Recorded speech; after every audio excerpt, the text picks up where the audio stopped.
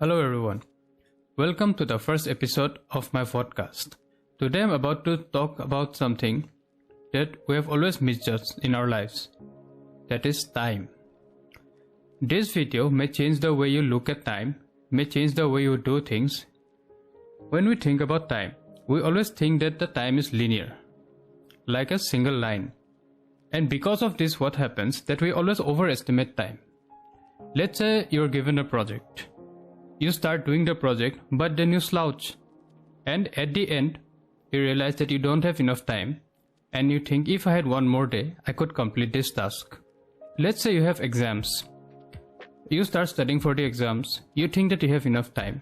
And almost always at the last moment, you think that, oh no, if I had one more month, I could complete my entire syllabus. Heck, sometimes we say that even in 1 week you can complete the entire syllabus. Let's say you have 1 week. So what we do is we divide that week into 7 days, and those 7 days we divide them into hours. So every day we think that we have 24 hours. So what we do? We take those 24 hours and we subtract, let's say 8 hours for sleep and 6 hours for taking bath or eating or recreation. So we have 10 hours of study time left. Well, this is not actually true. Time is not linear and you can never utilize those 10 hours for study.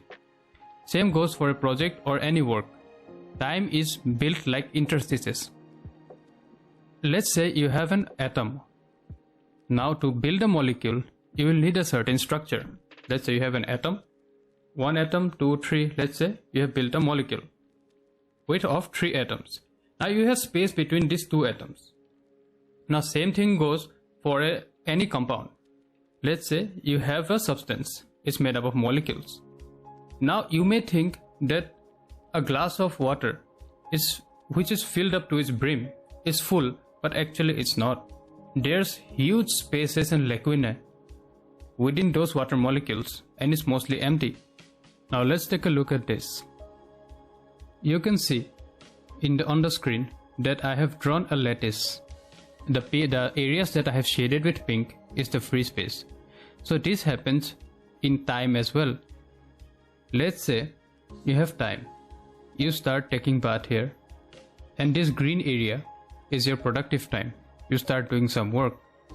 And then you realize that no, you have to chat to your friend, you have to send a message, or you have to look at the news, or listen to a song, watching some videos. And then we waste a lot of time, and then our productive time starts again. Our productive time has been progressively decreasing from the start. So in the first, our productive time is the longest. Then it's still able to maintain that time frame, and then it decreases progressively with the passage of the day. The areas that have been shaded with pink are the times when we are not productive.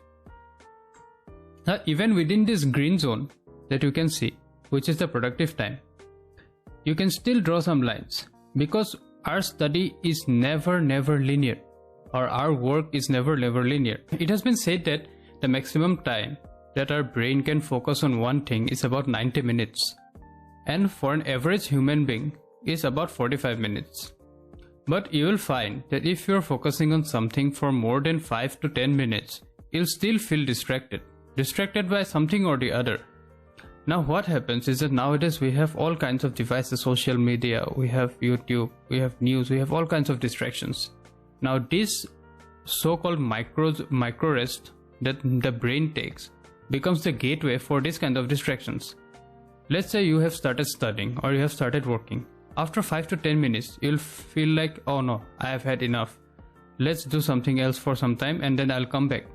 So you start doing something else. Let's say you start opening up the Facebook page or the news, and then you see that that there is a great deal on Amazon. Then you open Amazon, then you go and you pay and you buy something. Then you open your banking app to check how much money you have left, and then you realize that oh no, you have not paid the bill for Netflix. So you pay your bill for Netflix. Now you remember Netflix, so you go to Netflix and you watch a 5-hour show. So basically that 5-minute break has turned into a 5-hour show. Now this is very common and we don't even realize. I realized this when I was using the screen time application, which is also called digital well-being on Android. So what happened is that I was trying to see why I was not able to complete my task in time, why I was able to not complete my study in time. Then I realized that I was wasting about 5 hours on YouTube when I thought that I was wasting only 1 hour on YouTube. This happens because our brain always mismanages time. So I want you to do a certain exercise. That is asking yourselves at random points in the day, what am I doing? I'm watching a movie. Is it adding up to my goal? No. What am I doing? I'm reading a book. What book? It's my study book. Is it productive? Is it adding up to my goal? Probably yes. After some time, what am I doing? I'm going through social media. Is it adding up to my goal? No. Now remember that if your no's are more than your yeses, you have more free space, your interstice is too big, you need to make it more dense so that you can reduce this unproductive time. Now I want to talk about something which I call the phantom deadline method. As you can see in this graphic, there is a blue line. The blue line represents the time when you are supposed to do certain thing, and the red line represents the deadline. Let's say this is 1st of Jan. So you're supposed to do a certain project, or let's say you're supposed to study from the 1st of Jan. Now we think that we have too much time. We have, let's say your deadline is on the 30th of Jan. So you think that you have 1 month to study, or 1 month to do the project. We start off very slow here, and we are almost sleeping. We are starting off slow, and at the end we start panicking. Oh, we have to do something because 30th is approaching, and at the last moment we panic. Now in this method, you need to set a phantom deadline, which is much before the actual deadline. Let's say this is the 20th of Jan. So you must think that your deadline is on 20th of Jan, or your exam is on 20th instead of 30th.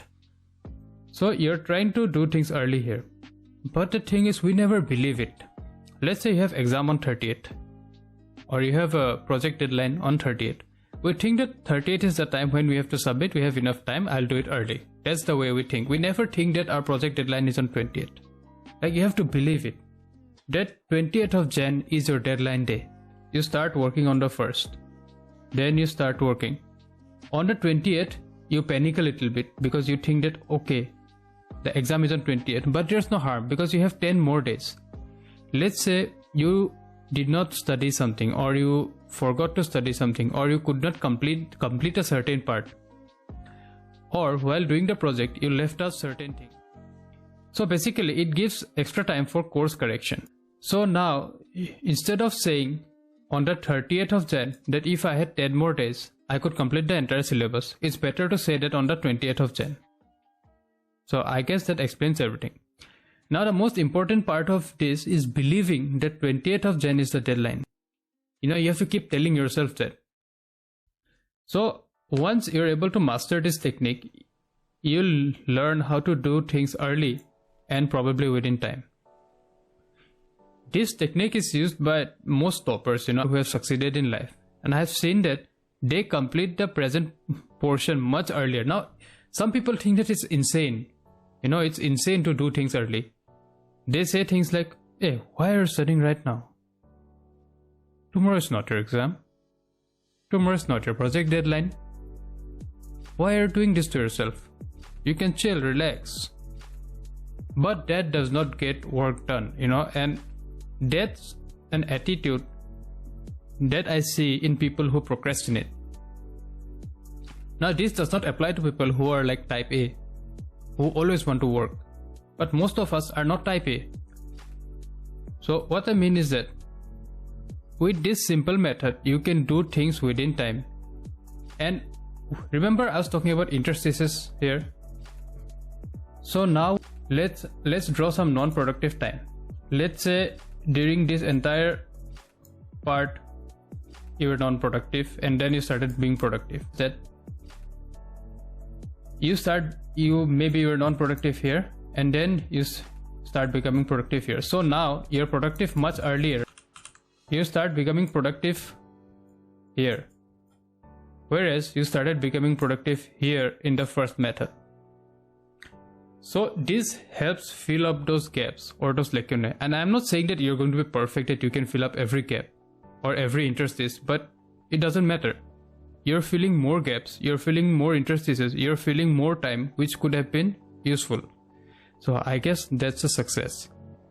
I don't know if it felt like a long lecture to you, but I felt like this is something which I've realized in my life and which might help you. So if you feel that whatever I have said has been of any use, or you have learned anything from this, then do like and subscribe, because this is my first episode and I'll be bringing up more episodes just like this. So thank you and have a nice day ahead.